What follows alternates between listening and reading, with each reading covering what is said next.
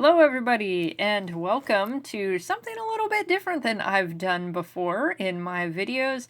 I am going to be talking about my Inktober pieces from this year, 2021. This is my 5th year doing Inktober. My very first year, I did a monster theme. My second year, I called Orktober, and I did an all-orc theme, which I did something very similar this year. Third year, I believe, was the year I did mostly a background and scenery themed thing, and then there was an animal theme, and then last year I did another background and scenery themed Inktober, and that was mostly just to improve my skills with backgrounds and scenery, because I kind of struggle with that. So this year I decided to use a Gobtober prompt that I had seen and definitely wanted to do. I saw it last year and wanted to do it, but I already had my plan. So I decided this is the year to do Gobtober.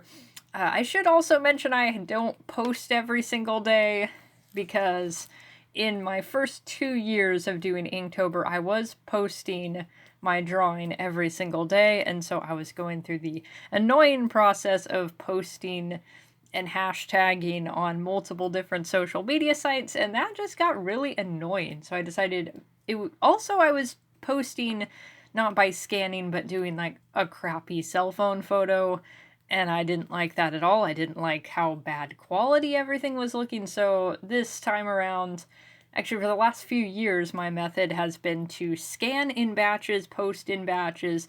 So I hadn't been posting every day, but I was drawing every day. And even though I had one day this year where I didn't really follow what the prompt was, there still was a little bit of sketching, a little bit of ink drawing happening. So without further ado, let's start talking about all this Gobtober stuff. So here we have the first illustration. I did this with, let me see if I got my pens. This pen is written in Japanese. I don't know what it says, but I was testing out a new brush pen. I was testing out fountain pens this year that have actual loaded cartridges in them, which are very convenient. And I much prefer them to dip pens, which I've had a constant battle with. I just have a really hard time getting the dip pens to cooperate with me. I feel like I didn't used to have that problem, and then last few years it's been a colossal headache, so I still haven't been doing a lot of dip pen practice. And this Inktober I barely did any, but I enjoyed the fountain pens I was working with. So, I didn't even tell you guys what the prompt on this one was. This one is Fighter. And the pose, I actually did this kind of pose quite a bit this time around, where there's like the character's foot, one foot's coming forward, and we got one foot receding into the background in shadow. I've done that multiple times. That was just a pose I was gravitating to this time around. So, second picture, this one was Hungry. In the background, I was using one of my wide Copic markers, which they actually don't make anymore. It's just Copic with a very wide, it's an over an inch wide nib, and it's for large background, just putting large areas of color in the background. And I like using the ones that I have. I didn't used to use them so much when I first got them, when they first had the wide Copics. Had I have known that they weren't going to be a thing anymore, I would have probably grabbed a lot more of them, but I would just have to mourn that loss. I don't know if you can like find them used on eBay or something, but I like putting in you see I've got like this flat area of color, kind of a, what is that, French gray, maybe? And then I think it looks really cool when you've got the toned background and the ink, and you go in with white highlights, which is what I did there. I have some white gel pen. That's something I like to do on toned paper, where I'll go in with pencil and then add white charcoal. I think it's a really cool effect. So the third Inktober piece, this was Artificer, and I'm really happy with how this one turned out. I like the composition. The kind of enclosed in the circle, coming out a little bit. I've been doing, in quite a few pieces I've done recently, I've been doing a sort of enclosed in a border but kind of overlapping thing, if that makes sense. I'll have like a defined border, and then the character is going to be overlapping in a few spots. And so I did that here, and I like how the contrast turned out. I like the contrast between that solid black background and then the white around it. So this is one of my favorite pieces that I did. And then 4 was Wild, I think. The first few, oh my gosh. My naming strategies for my files are always completely terrible. I don't know why I do this, but every single year it's just like completely... I don't know. I need to get better at my file naming strategies. But this one, I believe, was Wild. Also, you see my 1 foot forward, 1 foot receding in the background pose. But this one, I am happy with how this pose turned out. I wanted a really cool dynamic pose. I wanted foreshortening. I wanted something with a lot of action, because that's the kind of pose I think I need to improve on. This is something that I just in the past have not done a lot of. I think my poses have a tendency to be very static, so I want to push that dynamic, just get more energy in poses. And I think this turned out really well. And then Gobtober Day 5 was Party. We've got my metal goblins, just like in my Gobliterated comic strip. Was this around... I think I'd just recently been to my first concert in about 2 years. I think that's where this fits in the timeline. Just that good concert energy, everybody's having a good time. If you don't get beer spilt on you or get a little bit of a bruise, was it even a good concert? I should note the dude's shirt, it reads Dead Dude Stew, which I am absolutely claiming as my band name. I heard that turn of phrase from somebody in an online discussion about, maybe I shouldn't mention what the discussion was about, it was pretty disgusting, but Dead Dude Stew, there is my new band name.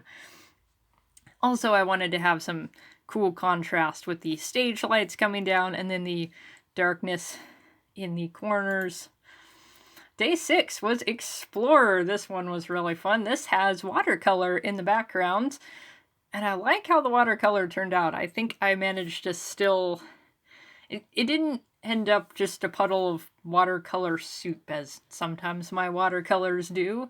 This actually, you still see the... I don't know what I'm trying to say here. The watercoloriness of it is still present, so... I did like a pencil sketch. Pretty much all of my Inktober drawings start out as a pencil sketch, which maybe is cheating. Maybe. I don't know. I don't quite have the nerve to go straight in with ink and just like, I don't know. I'm too concerned I'm going to completely mess something up. So I always start with pencil. Maybe it's cheating, but as long as ink is happening, I feel like that counts. So, you can kind of see there is the pencil sketch, and then I did the watercolor on top of that, and then I went in with a brush pen for the background and my fountain pens, and I like how this one turned out. This one's fun. Okay, the next one, Warlock. I like this one a lot too. I just wanted to draw this gnarly looking face. This creepy warlocky looking dude. I don't know if there's a lot to say about it other than the fact that I like it, and it was a fun character to draw.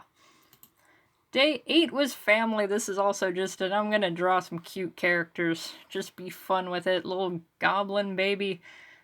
And this is another one of those nice little enclosed composition, flat background color. Day 9 was Boss, and this is one of those, like, I'm a little tired today, I'm going to do something a little more simple, but I didn't want to just make it too basic of a sketch. I added a little bit of toning with Copic marker. I don't know, I don't have anything exciting to say about this guy other than he's also another just fun character to draw. And then Day 10, Loot. This one, also kind of just quick and dirty, but I want to draw something funny. Funny goblins with his socks. Day 11, Desert, was also kind of like a toned paper sort of thing. I put down, again, this was with, actually, now that I'm looking at it, I don't think this was with one of my wide Copic markers. It might have started with, you know what, I think I did start with one of the wide markers, and then I think I went in with one of my Copic Chow markers for the shading, and then other smaller markers for some of the darker shading. Pretty sure that's what I did. And then there's a little bit of white gel pen for detail. And then day 12 is Bard. And so I had already decided in advance I was going to have a goblin singing, like, what is the edgiest, most offensive song I can think of. But what I decided to do here, this is the great performer known as G.G. Allen, if you are familiar with him. This is Goblin Bard G.G. Allen singing his hit song, Bite It, You Scum.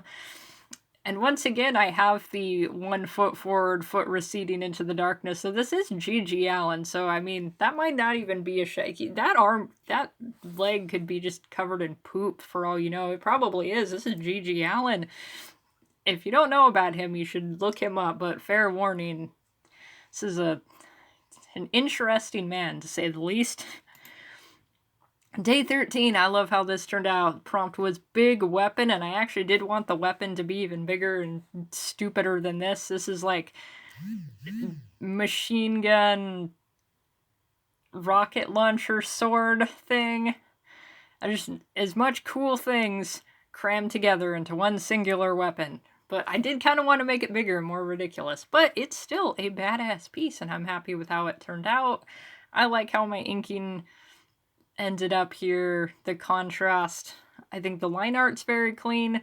So this is another one of my favorite pieces. And then day 15 was old. I wanted an old goblin who is enjoying his later years in life. He's just cozy, having a good time with his old man cat. That's all I have to say about that one, other than that I like it, and I like how the character's facial features turned out. Day 16 was Paladin, and this is a piece that I actually started off doing something completely different. I had a more static pose. I had the goblin paladin dude kind of just standing there and looking stoic, and I decided that it just wasn't interesting enough. I wanted to do more of a scene, even if it was kind of a simpler scene. So I had started inking that, and I was like, no, I'm going to start over. So this is what I did as a second piece, and I like this one a lot more. I like the pose much better. I've got a little bit of a sense of movement going on with his clothes fluttering, and then the contrast of all the dudes in the background with the weapon. I think it makes it a more interesting piece than what I was originally doing.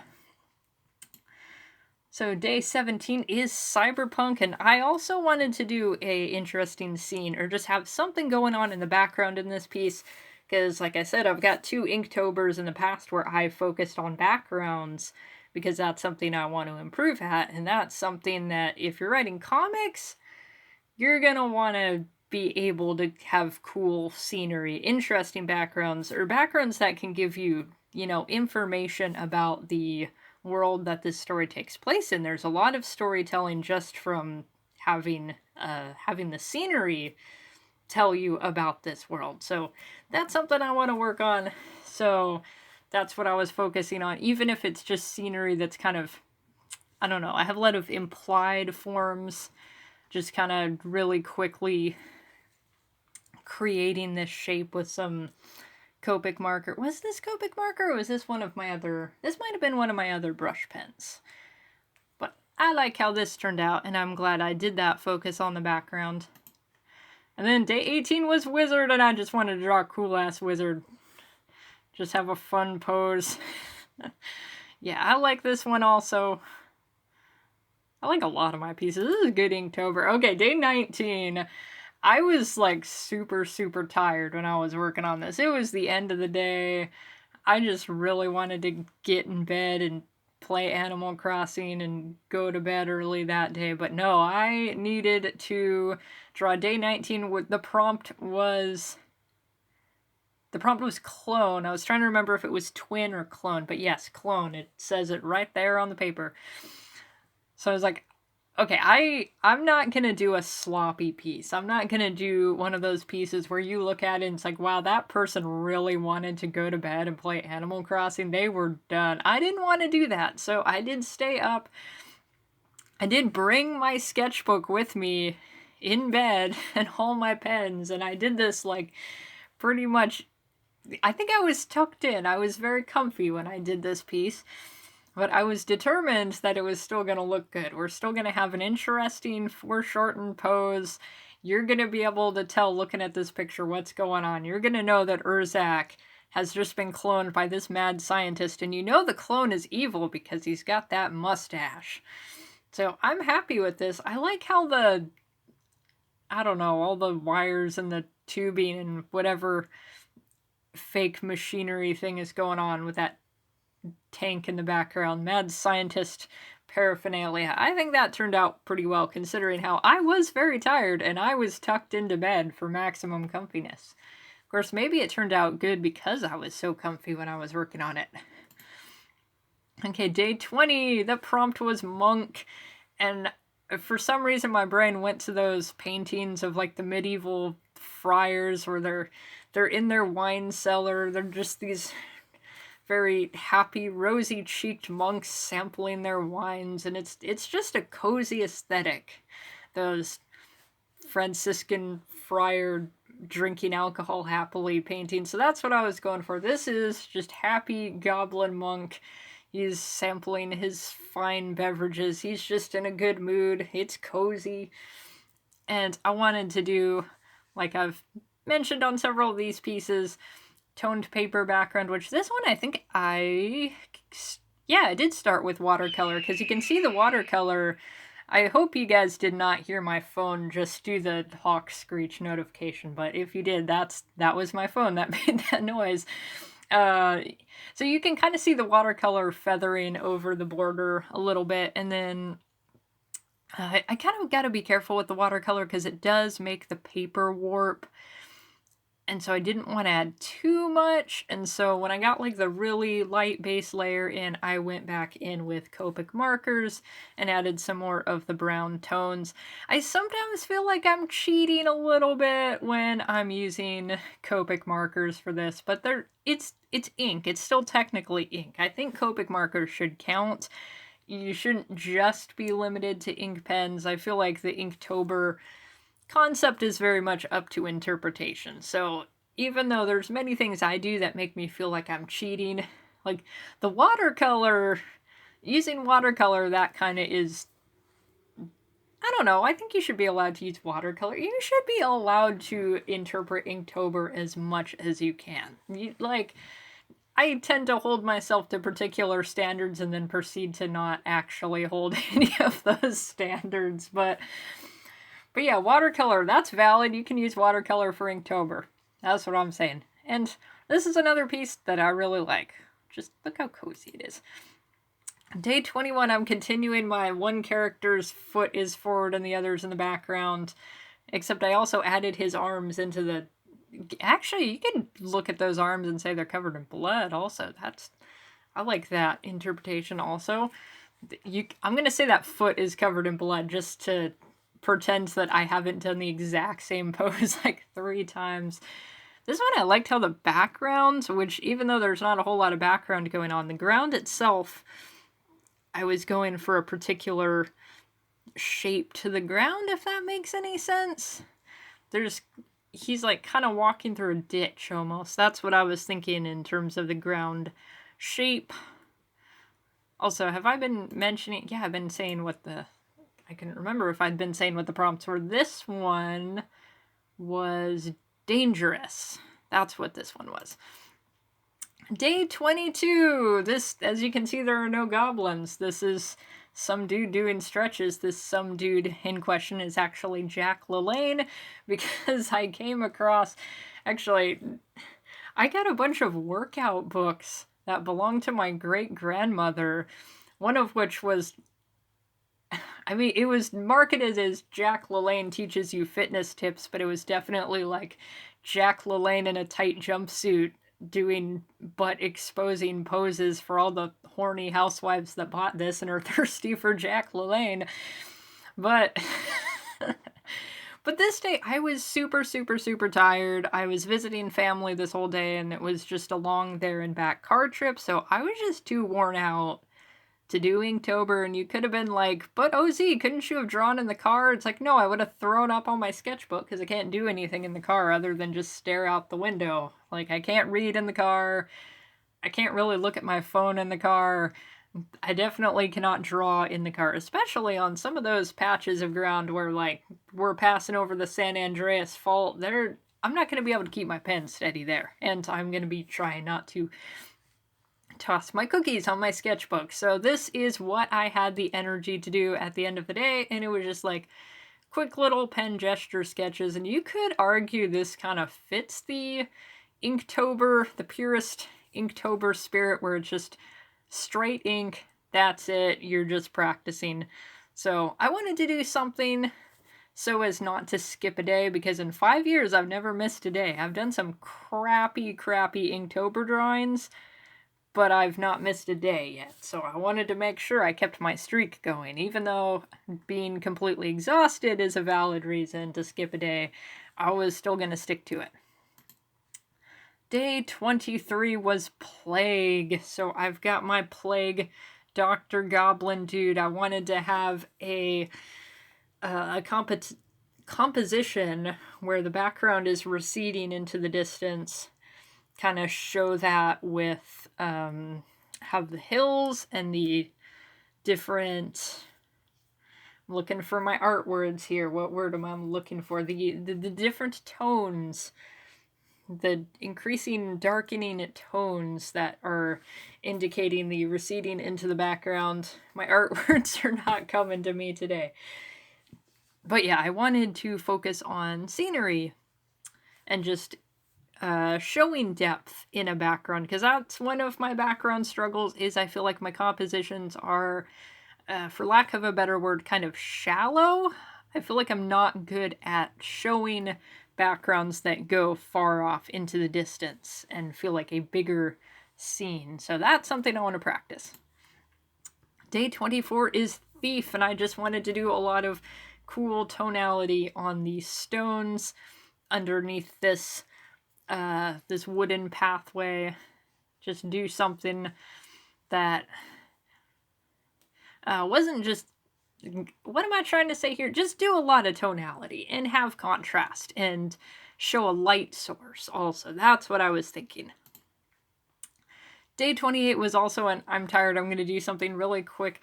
Ronnie is a character who's going to be showing up in future installments of Gobliterated. She, I think, is going to be a fun character. I don't believe I've mentioned this before, but I kind of feel like the characters in Gobliterated are all specific parts of my personality, where Ragnar is me probably at my most egotistical, but also least motivated, where he has a lot of ideas and he wants to do all this cool stuff, but he's maybe not put in the effort to get there. He absolutely is dreaming of heavy metal rock stardom, but, you know, can't play guitar. That's kind of a problem. So there's the ego, and then the occasional not putting in effort, which I don't think I'm like that so much anymore. I think if I want something, I'm definitely going to get it done. I'm much more determined and punctual than maybe I used to be. Graka is probably me at my least secure, where Graka is just like, he is awkward goblin man struggling at his minimum wage job, and he kind of feels like crap about the fact that he's not practicing his trumpet. Graka's like awkward me that doesn't, I don't know, I'm psychoanalyzing myself now. And then Ronnie is actually me at my maddest. So all these characters, I think, are like taking small parts of me that aren't necessarily my most positive traits, and then like a more dramatic representation of that.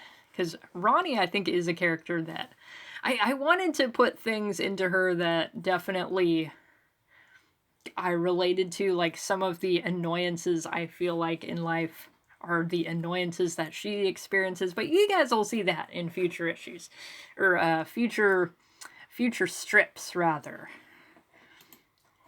Then day 29 was me trying to get dip pens to work. I don't know why I have such a hard time with this. I didn't used to, and now it is just a headache. I wish I erased my pencil lines. I apologize for the fact that he clearly has pencil lines all over his fine, corpulent frame.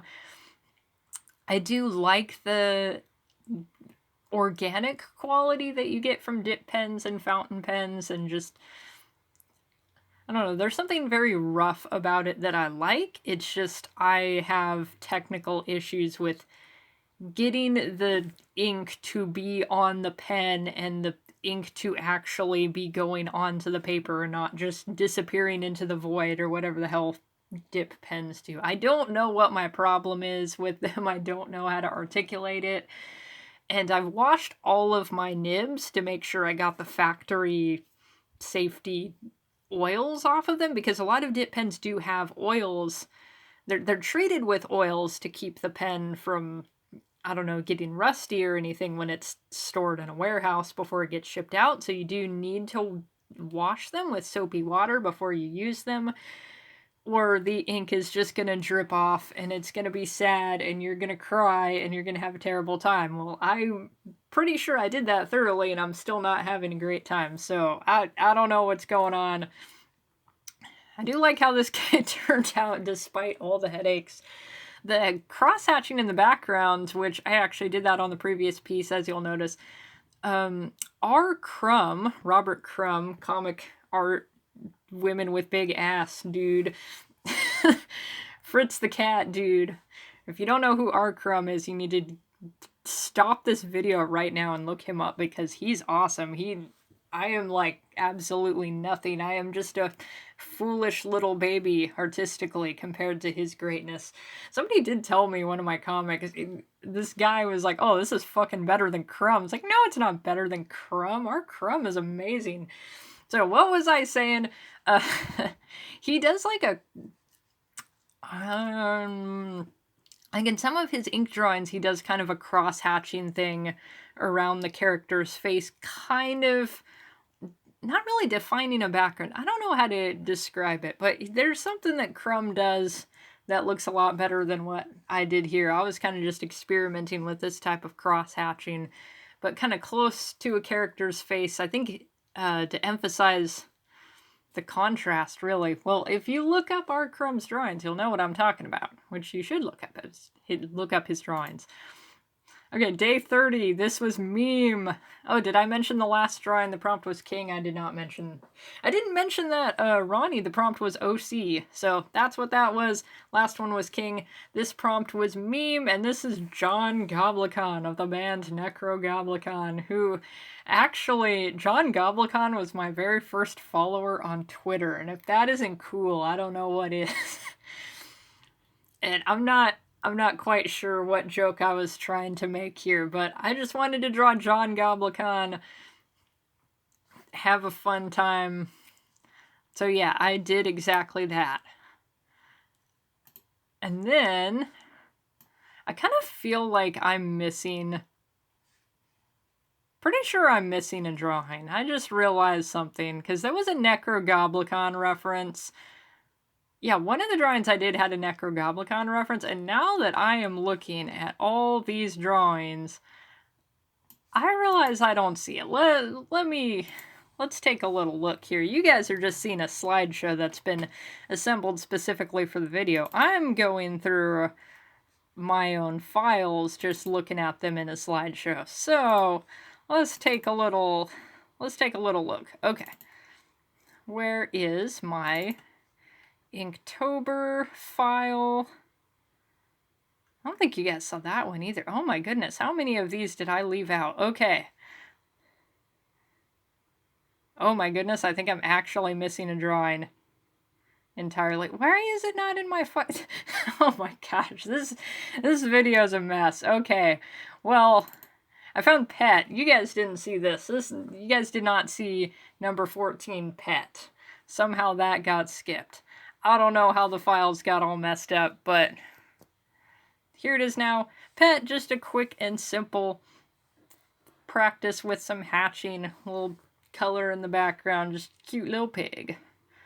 So yeah, there's that, and then Cosplay is the one that's missing. That's the one that had the Necrogoblicon reference. Well, I will slap it into the video right now, even though it's not in front of my face. I'm pretty sure I remember exactly what it looks like. I wrote dressed as goblins repeatedly in the background, and that is a reference to a Necrogoblicon song of the same name. Yeah, same name. So you guys are looking at that right now, even though I'm not.